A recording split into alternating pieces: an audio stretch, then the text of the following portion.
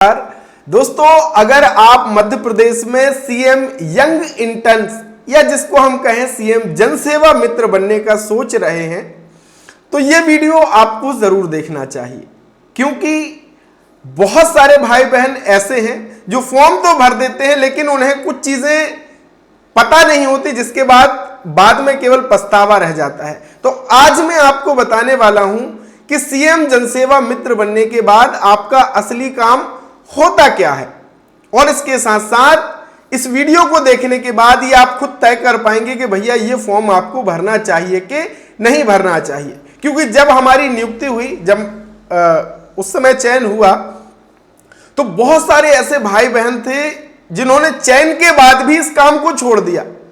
कारण क्या था कि उन्हें इसकी सही जानकारी नहीं थी और अंत में उन्हें यह काम छोड़ना पड़ा। तो आज की ये वीडियो देख लेंगे तो मैंने जो काम किया है वही अनुभव मैं आपको साझा करने वाला हूं, पूरी सच्चाई एक प्रकार से आपको बताने वाला हूं, ताकि आप ये तय कर सकें कि आपको इसमें काम करना चाहिए कि नहीं करना चाहिए। तो इस वीडियो को अंत तक जरूर देखिएगा।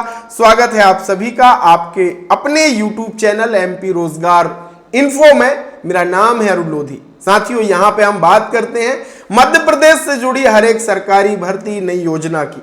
तो अगर आप ऐसी ही जानकारी पाना चाहते हैं तो सबसे पहला काम कीजिए कि चैनल को सब्सक्राइब कीजिए और ये हमारे व्हाट्सएप चैनल का लिंक है, इसे फॉलो भी कीजिए। दूसरा काम कीजिए कि आप किस जिले से ये वीडियो को देख रहे हैं कमेंट में जरूर लिख देना, ताकि मैं आपके जिले से जुड़ी भर्तियों की जानकारी, योजनाओं की जानकारी आप तक पहुंचा सकूं। तो देर किस बात की, कमेंट में अपने जिले का नाम लिखिए और अपनी हाजिरी भी लगा दीजिए। तो चलिए साथियों शुरू करते हैं। साथियों, जनसेवा मित्र एक स्थानीय युवा होता है, क्योंकि हर एक ब्लॉक में कितने लोगों का चयन किया जाएगा? 15 लोगों का चयन किया जाएगा। यह युवा स्थानीय होते हैं, इन्हें अपने स्थानीय क्षेत्रों की समस्याओं के विषय में भी सब कुछ लगभग पता होता है, उन्हें अपने स्थानीय लोगों से जुड़ाव भी होता है। तो इसलिए जनसेवा मित्र का सबसे मूल काम जो होता है, प्रशासन और आमजन यानी लाभार्थियों, हितग्राहियों के बीच में कड़ी का काम होता है। आपको सरकार की योजनाएं जो चल रही हैं, किस प्रकार से आमजन को फायदा मिल रहा है, ये सारी फीडबैक, ये जानकारी अपनी आला कमान को, विभाग को देना होता है। साथियों, आपका जो चयन किया जाता है वो AIGGPA भोपाल यानी अटल बिहारी वाजपेयी सुशासन एवं नीति विश्लेषण संस्थान की तरफ से आपका चयन किया जाता है। और हर एक ब्लॉक में कितने होते हैं? 15 इंटर्न्स होते हैं, और ये 15 इंटर्न्स को कोऑर्डिनेट करने के लिए हर एक जिले में एक सीएम फेलो होता है, जिसको हम डिस्ट्रिक्ट कोऑर्डिनेटर भी कहते हैं। आपके ऊपर जो निगरानी करने वाला कौन होता है? CM fellow. फिर स्टेट लेवल पर अलग अलग अधिकारी होते हैं जो आपकी मॉनिटरिंग करते हैं, लेकिन ब्लॉक में आप 15 होते हैं और आपके ऊपर होता है डिस्ट्रिक्ट कोऑर्डिनेटर यानी सीएम फेलो। कितने समय काम करना पड़ता है, कितने घंटे काम करना पड़ता है, अगर हमने चयन ले लिया, हम काम में जा रहे हैं कि नहीं जा रहे हैं, कौन निगरानी करने वाला है? हमने बोल दिया भैया हम पंचायत में बैठे हैं, तो आपकी सबसे पहले वर्किंग टाइम की अगर हम बात करें तो 10 बजे से आपको एक प्रकार से 5 बजे तक अपने जो भी कार्य क्षेत्र आपको आवंटित किया जाएगा, आपको पंचायतों में काम करना है। तो आपकी क्षेत्र की पंचायतें आपको हो सकता है कि आवंटित हो जाएं, है ना, उन पंचायतों में आपको काम करना होता है और अटेंडेंस भी आपकी ली जाती है।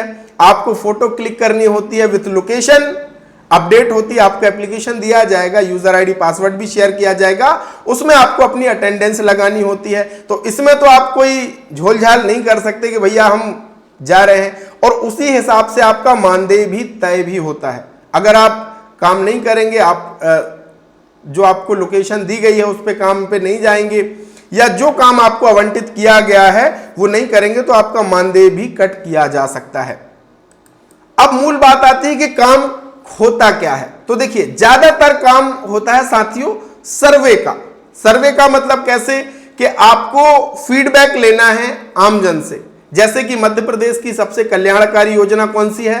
मुख्यमंत्री लाडली बहना योजना, मुख्यमंत्री किसान कल्याण योजना। तो आपको एक सर्वे फॉर्म दे दिया जाता है ना, और उस सर्वे फॉर्म पर कुछ बिंदु होते हैं, उस पर आपको हितग्राहियों से फीडबैक लेना है कि आप जैसे लाडली बहना योजना में जो पैसा मिल रहा है बहनों को, उस पैसे का क्या यूज वो कर रही हैं और किस प्रकार से उनके जीवन में बदलाव आया है। किसान भाइयों को जो 2000 रुपया सरकार की तरफ से मिलते हैं, किस प्रकार से उनकी आर्थिक मदद हो रही है, जीवन में कैसे बदलाव आया है। इसी प्रकार से साथ ही साथ कमियां क्या हैं वो भी लोग अपने फीडबैक देते हैं कि भैया योजना में, जैसे लाडली बहना योजना में कोई छूट गया है तो उसका नाम जोड़ना चाहिए, ऐसे फीडबैक भी मिलते हैं। तो यही सब आपको कलेक्ट करके अपने डिस्ट्रिक्ट कोऑर्डिनेटर को यानी सीएम फेलो को देना पड़ता है। आपकी पूरी रिपोर्टिंग, आज आपने क्या काम किया, उसके फोटोज भी आपके व्हाट्सएप ग्रुप बन जाते हैं, उसमें शेयर करनी है कि मैं आज ये काम किया हूं। तो ये आपको कुल मिलाकर के आपको जो पंचायतें आवंटित की जाएंगी वहां पे ही आपको काम करना है। और डोर टू डोर सर्वे का काम होता है, केवल आपको पंचायत में जाकर के बैठना नहीं है कि भैया पंचायत में जाकर के बैठ रहे हैं, हाजिरी लग गई और 10,000 रुपया प्रति महीने आपको मिलना है। अगर ये आप सोच करके फॉर्म भर रहे हैं तो आप इसके लिए नहीं है ना।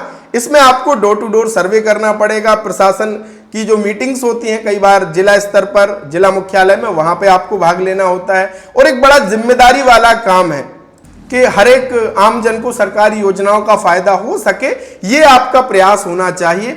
और बस यही काम आपको गांव में करना है, लोगों की सेवा करना है और सरकार, प्रशासन और आम हितग्राही के बीच में कड़ी के रूप में आपको काम करना होता है। जब आपकी इंटर्नशिप कंप्लीट होती है तो फिर आपको एक सर्टिफिकेट भी मिलता है कि हाँ भैया आपने AIGGPA के साथ सरकार के इस प्रोग्राम के तहत आपने इंटर्नशिप अपनी पूरी करी है और आपको जो अनुभव प्राप्त हुआ है जमीनी स्तर पे। फिर आप अगर किसी संस्था में आवेदन करते हैं या किसी वैकेंसी के लिए आवेदन करते हैं तो कहीं ना कहीं आपके पास जो अनुभव होता है, बहुत सारी वैकेंसी में अब अनुभव मांगा जाता है, तो वहां पे आपको फायदा मिल सकता है। हाँ, एक चीज आप अपने मन से भ्रम जरूर निकाल दीजिएगा कि अगर आपका चयन जनसेवा मित्र के रूप में हो जाता है, सीएम यंग इंटर्न्स के रूप में हो जाता है, तो आप पक्के सरकारी अधिकारी बन गए। ये सबसे बड़ा झूठ है।